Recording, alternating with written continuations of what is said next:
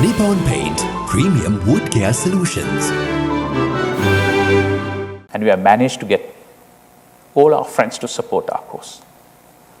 Sri Lanka maintained a very independent foreign policy, but we also work with all our partners both in East and West. We call it as multi-aligned.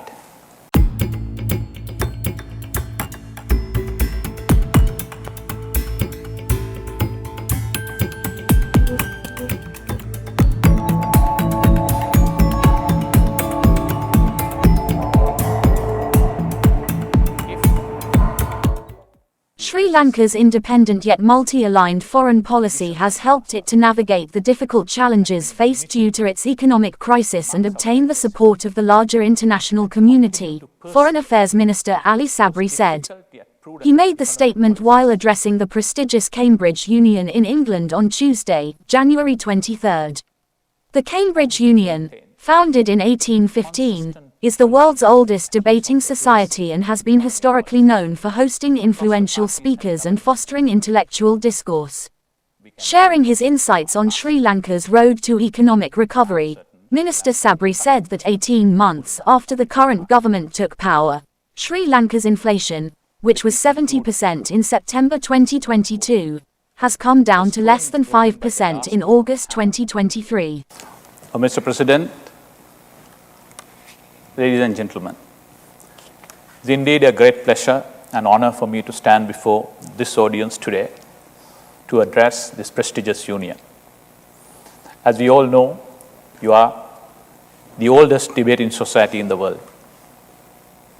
When I was invited by Union to share my perspective and experience and the insight as a lawyer and a lawmaker in Sri Lanka, I thought it was important for me to accept that because it will give me an opportunity to share with you what we went through during the last 4 years and how we cope up with it and what stand was in store for Sri Lanka. In early 2020, I was a successful lawyer, I was happy, was enjoying my practice. Then I was invited to take the Ministry of Justice. I took Ministry of Justice for the reason I'll discuss with you later. After 1.5 years, I had to change course and take up the position of Finance Ministry. Thereafter, a short stint at the Ministry of Finance, I had to change course once again and take up the position of the Ministry of Foreign Affairs. Here I am as a Sri Lankan Foreign Minister. So during this particular period of time, Sri Lanka went through a challenging period. Some of those experiences and insight, I'm sure, will interest you. As I told you, I come from Sri Lanka. Due to a strategic location at the intersection of maritime trade routes and sea lanes, Sri Lanka has historically attracted the interest of the global superpowers.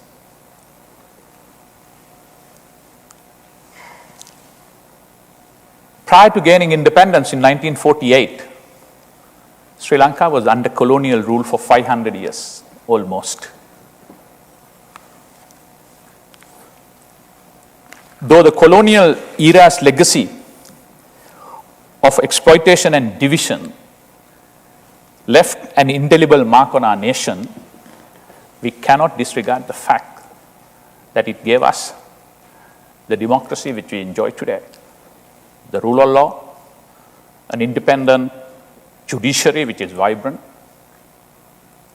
the infrastructure, and a robust civil service. At the threshold of independence, it was up to the leaders of the diverse, multicultural, and newly independent Sri Lanka to build on those foundations and create a country which is stable, prosperous, and peaceful for all its Sri Lankans. Democracy is no doubt the best form of governance. But in my opinion, it has some inherent challenges, 3 of them, that somebody has to overcome to make it meaningful. First, the temptation of exploit societal divisions for electoral gains. Secondly, to resist populist economic policies which are unsustainable to gain electoral advantage once again. Thirdly, to maintain the policy consistency across the governments and parties. So relative economic and social progress democracies have achieved all over the world can be directly attributed how well the leaders in those countries tackle these 3 challenges which I spoke of. Looking back at the last 75 years, as an independent nation, Sri Lanka has worked diligently to ensure the social upliftment of its people.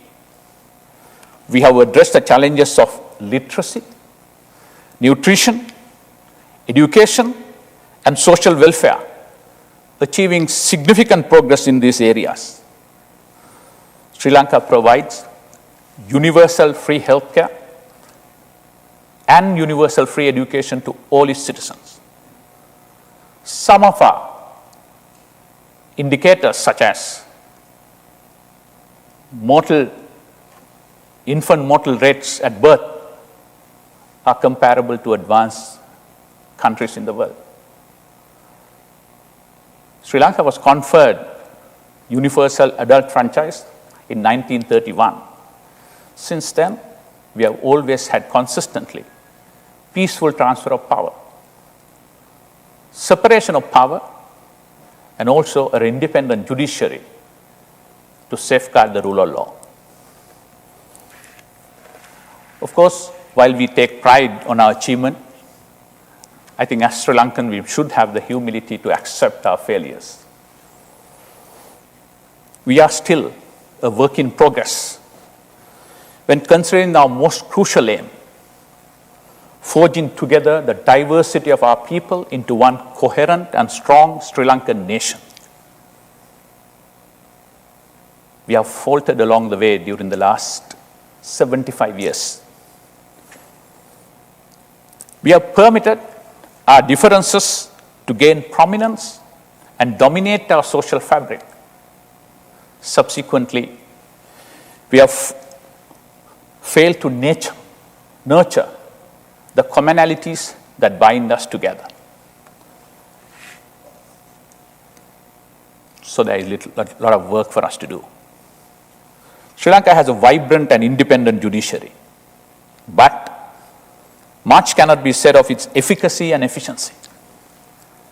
As a citizen and a lawyer, I have been troubled by the perennial issues of laws delays which have plagued the efficient and equitable administration of justice. The routine lack of investment in the legal system, the failure to regularly review and revisit the laws, and reluctance to embrace the technology had been the root causes for this problem that we had. For example, in the year 2019, Sri Lanka had almost 1 million cases to be heard by 336 judges. When divided by its population, it works out to about 15 judges per 1 million. Compare that with the advanced jurisdiction, it works out to about 50 to 150 judges per million. If my memory serves well, when we did the study in 2019, UK, apart from its technological advancement, had 44 judges per 1 million. As the saying goes, justice delayed is justice denied. Laws delays have a direct impact on the rule of law, social cohesion, investment, and the economic progress of a nation.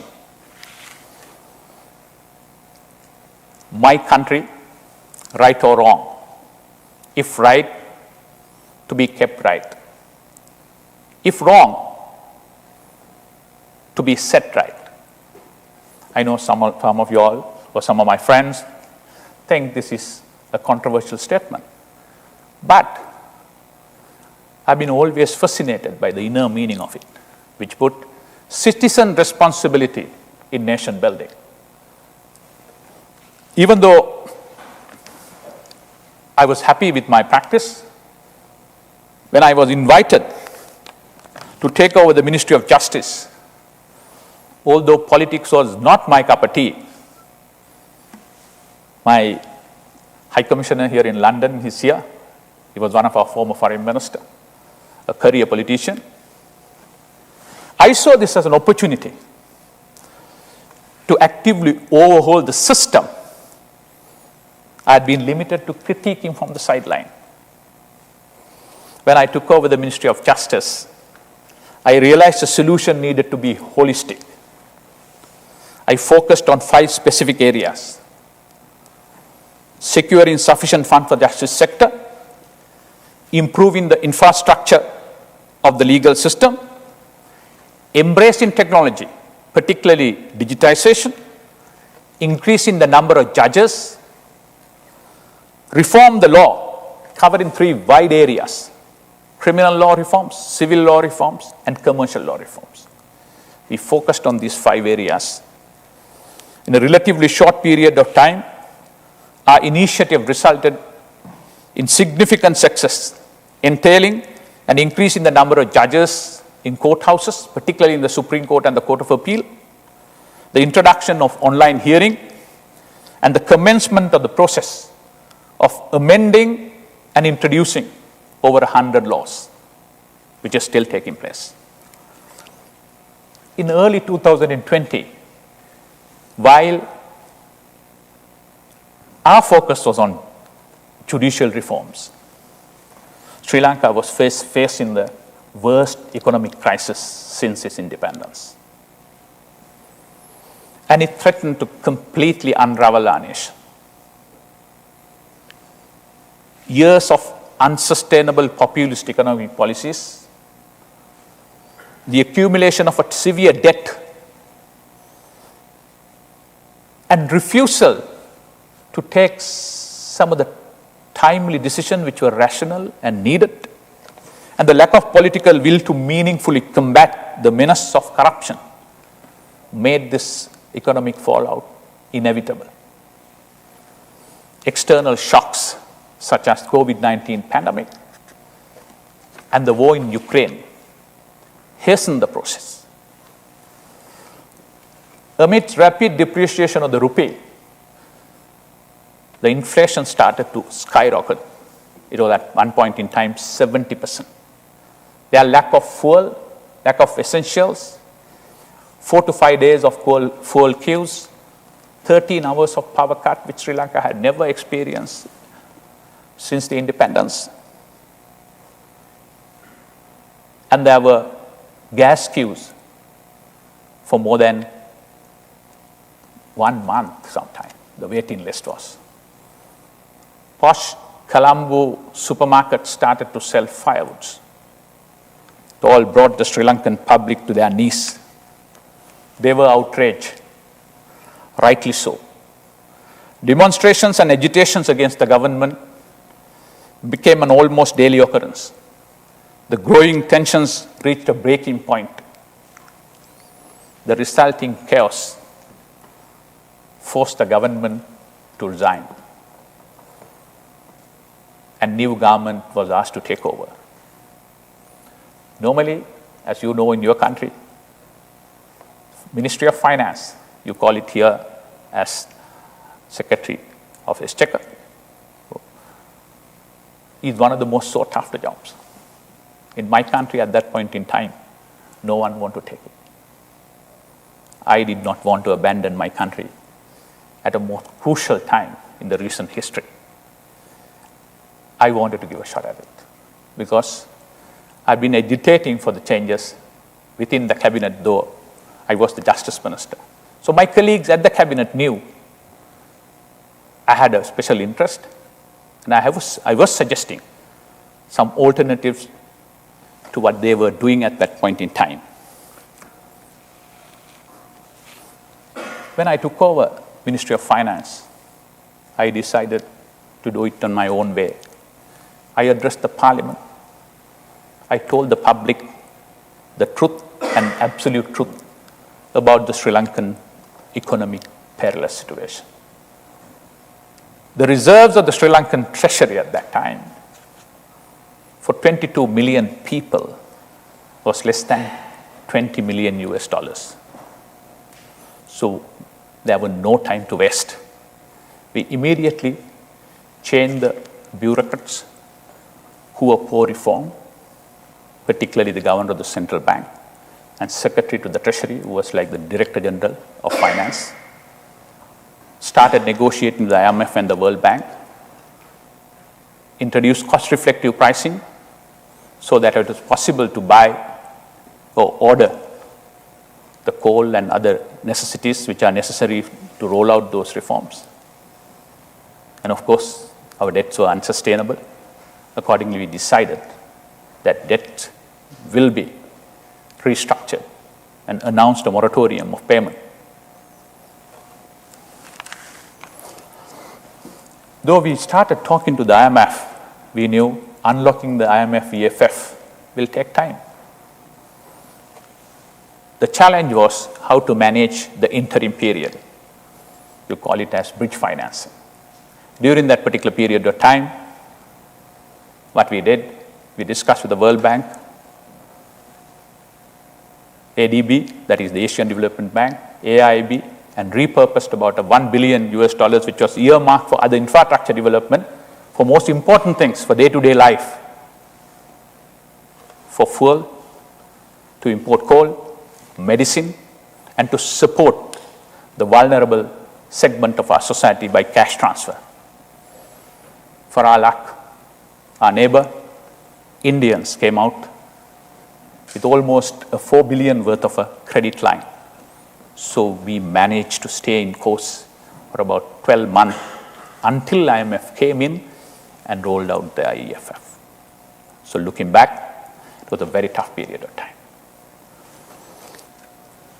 While the reforms are taking shape, the public was in no mood to compromise. Continuous agitation and uprising by the public resulted President Gotabaya Rajapaksa, who was elected about 2 years ago with an overwhelming majority to relinquish office. The subsequent constitutional process, where the parliament has to decide the successor, led President Ranil Wickremesinghe, who is my current president, succeeding in his place. President Wickremesinghe, a seasoned politician with wide-ranging experience, swiftly took control of the situation and adopted a dual strategy. The restoration of the law and order and crucial economic reforms are pursued with renewed vigor and purpose. Upon assuming office, President Wickremesinghe wanted me to take over the Ministry of Foreign Affairs. So for the last 18 months, I've been working and carrying out the foreign policy of President Wickremesinghe's government in order to mobilize the support of the international community to get our economy back on track. It was particularly difficult for us because we were undergoing a debt restructuring process. That restructuring process required us to get the debt assurances from various players, including Paris Club, which include Japan, China, and India. We have managed to obtain those assurances by now, and we have managed to get all our friends to support our cause. Sri Lanka maintained a very independent foreign policy, but we also work with all our partners both in East and West. We call it as multi-aligned.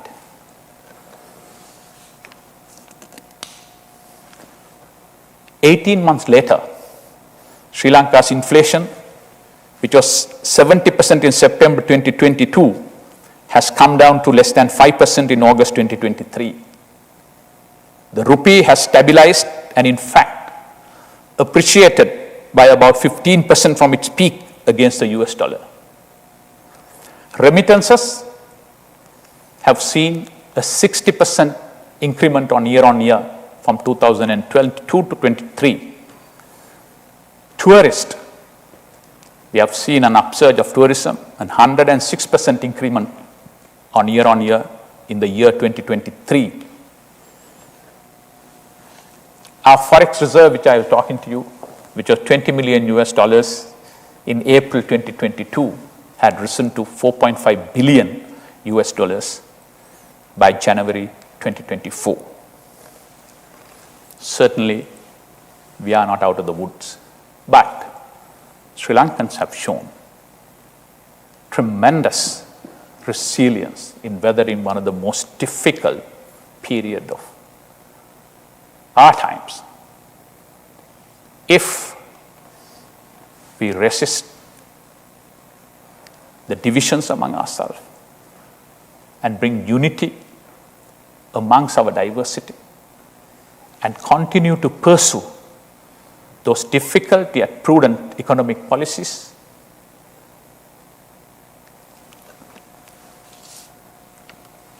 and if we maintain consistent policies, at least on the basic economic policies, across the parties and governments,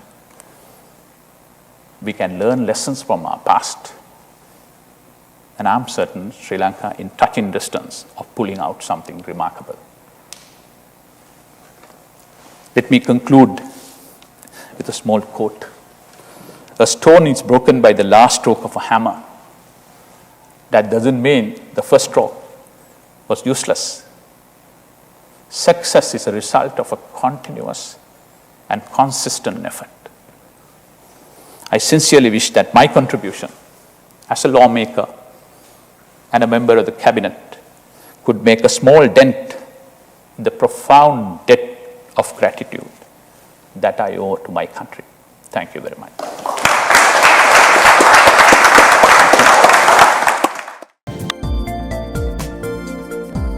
For more latest news, subscribe to FTTV.